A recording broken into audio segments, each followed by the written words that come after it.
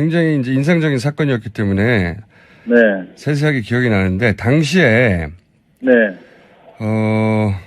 이틀 전이었던가요? 3일 전이었던가 그랬죠? 네. 대선.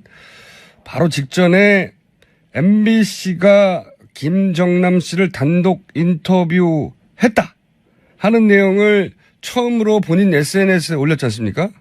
네. 그 내용을 어떻게 알게 됐는지 그리고 그때 당시 상황을 좀 설명해 주십시오. 그 당시에 낙검수라고 있어요. 김어준이라는 분이 하시는 방송이었는데 네. 거기서 워낙 그분들이 취재를 잘하셔가지고 네.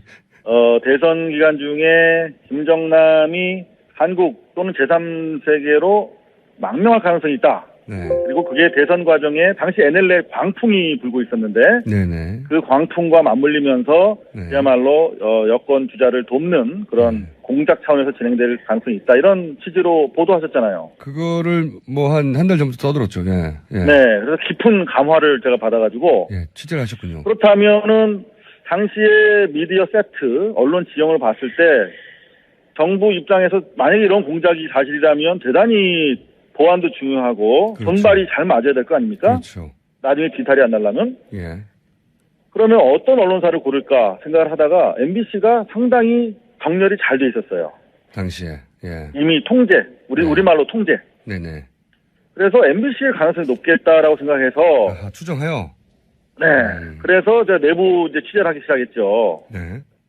그랬더니 움직임이 있다라고 하는 내용을 포착을 했고. 그러니까 MBC의 구성원들도 사실은 잘 알지 못하도록 MBC 내부에서 비밀리에 진행됐다는 거죠, 그때. 그렇죠. 완전 비밀리에 진행이 됐죠. 근데 이제 결과적으로, MBC 기자들이 네. 한두 명도 아니고 그리고 오랫동안 알아왔던 사람들인데 그걸 어떻게 모르겠을까요? 그거 모르게 할 수 있죠. 그래서 이를테면 국내에서 파견을 하면 네. 이게 문제가 되잖아요. 네. 국내에서 움직이려면은 이게 동선이 파악이 다 됩니다. 그러니까 방콕 특파원을 꼭 집어서 보내는 거죠. 아, 해외에 이미 나가 있던 특파원을. 그렇죠. 그러면은 위 채널부터 국제부장부터 특파원 이렇게 간단하게 연결되니까.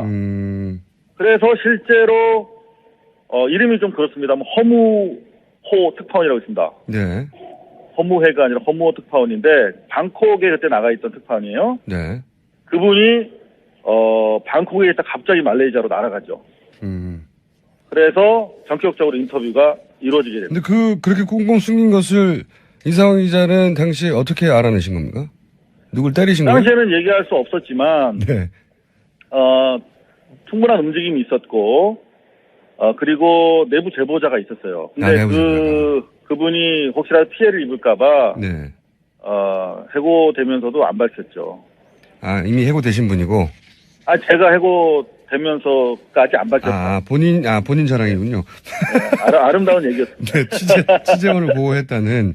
네네. 근데 당시 MBC에서는 그것을 초기에 이제 이상호 기자가 트윗으로 취재했다고 한다라고 얘기하니까. 네. 김정남 단독 인터뷰 이야기는 사실 무근이라고 뉴스에서까지 얘기를 했어요. 네, 한 서너 번 뉴스 보도를 했죠. 네, 사실 무근이라고. 최초의 일보는 제가 낙검수에 이런 보도가 있는데 MBC가 그걸 추진하고 있다라고 보도를 했고, 예. 나중에 이제 트윗을 통해서 방송이 임박하다라고 이제 한 서너 차례 트윗을 계속 날렸었죠. 그렇죠. 그 초기에는 부인했으나 나중에 네. 알고 봤더니 실제 만나긴 만났어요. 인터뷰 하긴 했어요. 그죠? 그러니까 나중에도 인터뷰를 하지는 않았다고 계속 지금 주장하고 있어요. 왜 그러냐면, 네. 말레이시아 호텔에서 10분간 만났다. 10분간만 만났다. 네, 10분간 대화를 나눴다. 네.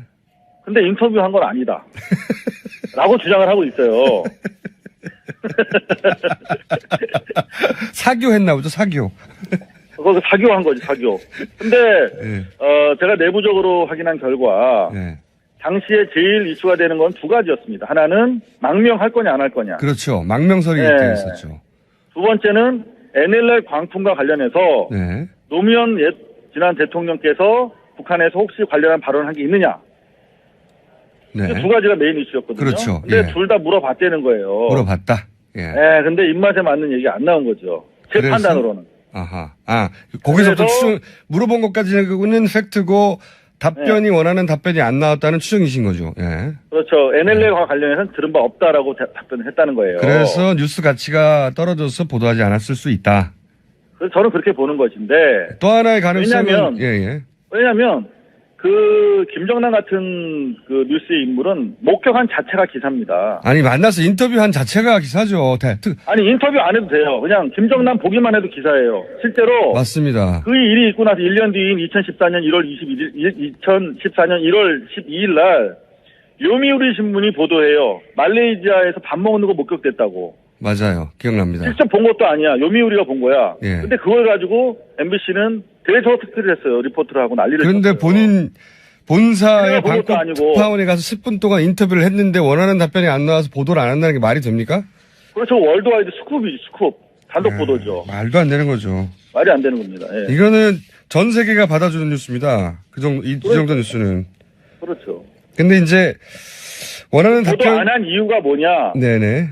라고 했을 때 그렇다면 자기들이 기대했던 답변이 나오지 않았기 때문 아니겠느냐라고 추론할 수밖에 없는 것이죠. 그 추론도 합리적이고요. 또 하나는 이미 이렇게 폭로되어서 네. 어떤 뉴스가 나오더라도 그것이 일종의 공작 아니냐고 하는 역풍도 그래서 가능할 상황이었기 때문에 워낙 민감한 때여서 그게 이제 계속 플러스 마이너스 계산했더니 그다지 플러스 아니어서 접었을 수도 있죠. 워낙 이 이상호 기자의 그 트윗이 강력한 반향을 불러일으켰거든요. 사실이다 아니다부터 시작해가지고. 사실 허무호 특파원 얘기도 네.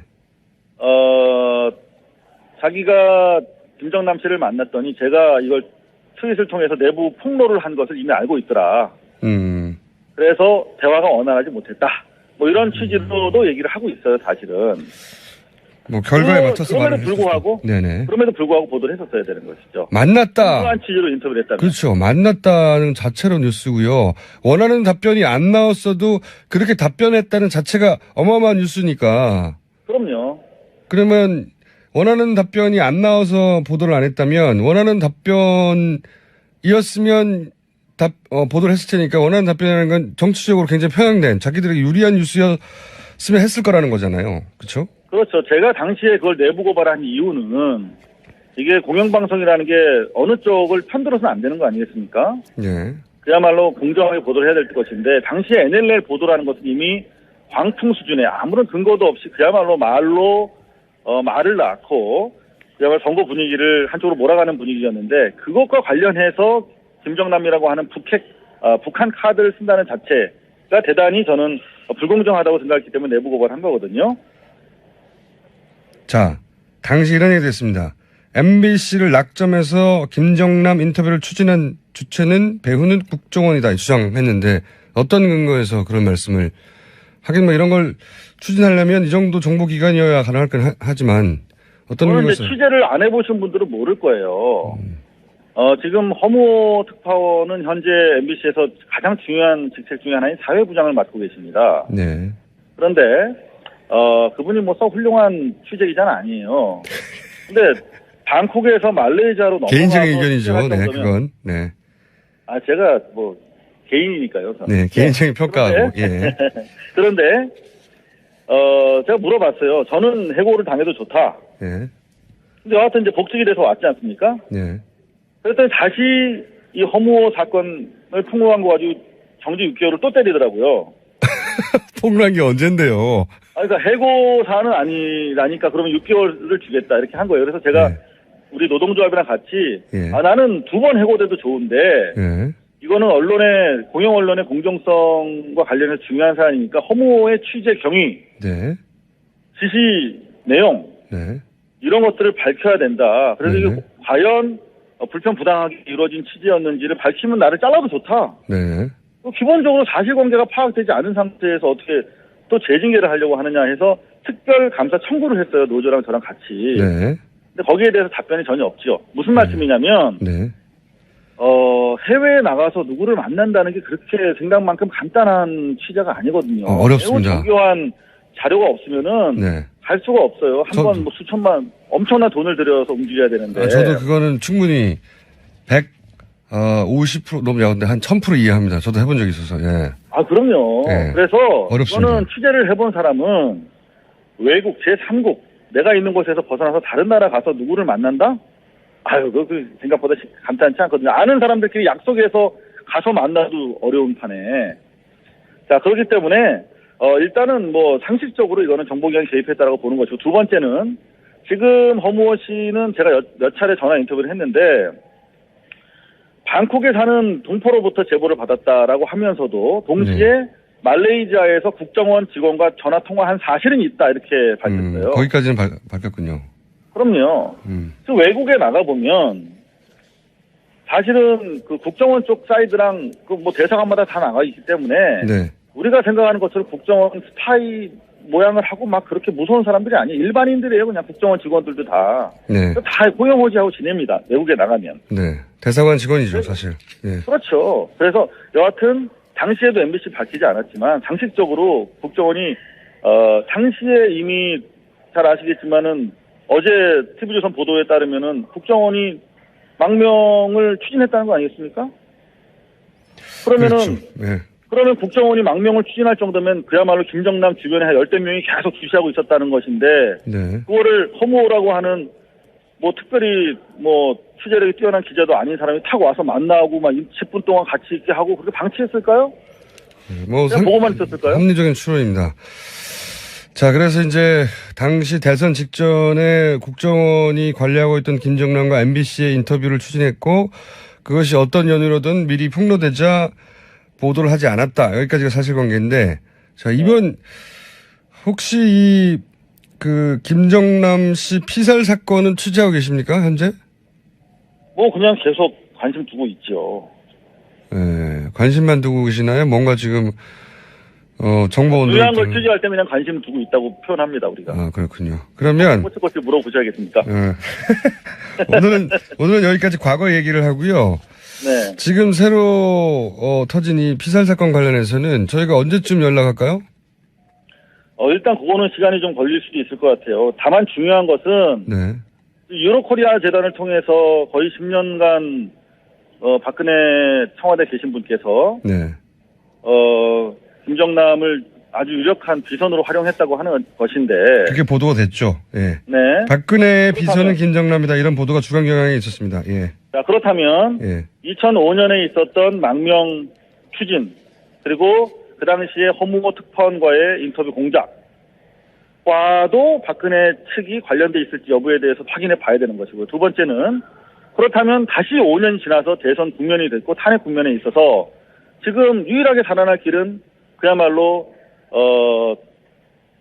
수구 구테타 프로 거버먼트 친박 세력을 동원한 어떤 그런 친위 구테타 말씀하시려는 거죠? 친위 구테타와 관련된 내용들일 텐데 예.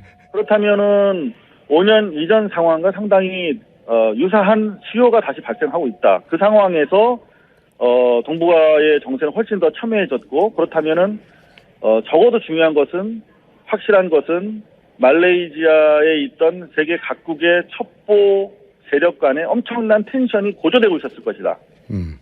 누가 한 발자국을 김정남을 어느 쪽으로 움직이려고 했는지에 따라서 상당히 텐션 변화가 있으면서 갈등이 고조됐을 것인데 그 과정에서 일어난 사건이면 분명하다. 중요한 것은 박근혜 관련성에 대해서 철저하게 조사해야 된다. 그 첫 번째 단초는 2월 24일 날 MBC 청문회에 잡혀 있습니다. 네. 그때 최소한 첫 단추인 2012년 MBC 허무호 특파원의 허무한 인터뷰 추진 계획에 대해서 진상조사가 이루어져야 될 것이다. 이렇게. 그 진상조사 결과가 나오면 저희가 다시 한번 연결하겠습니다.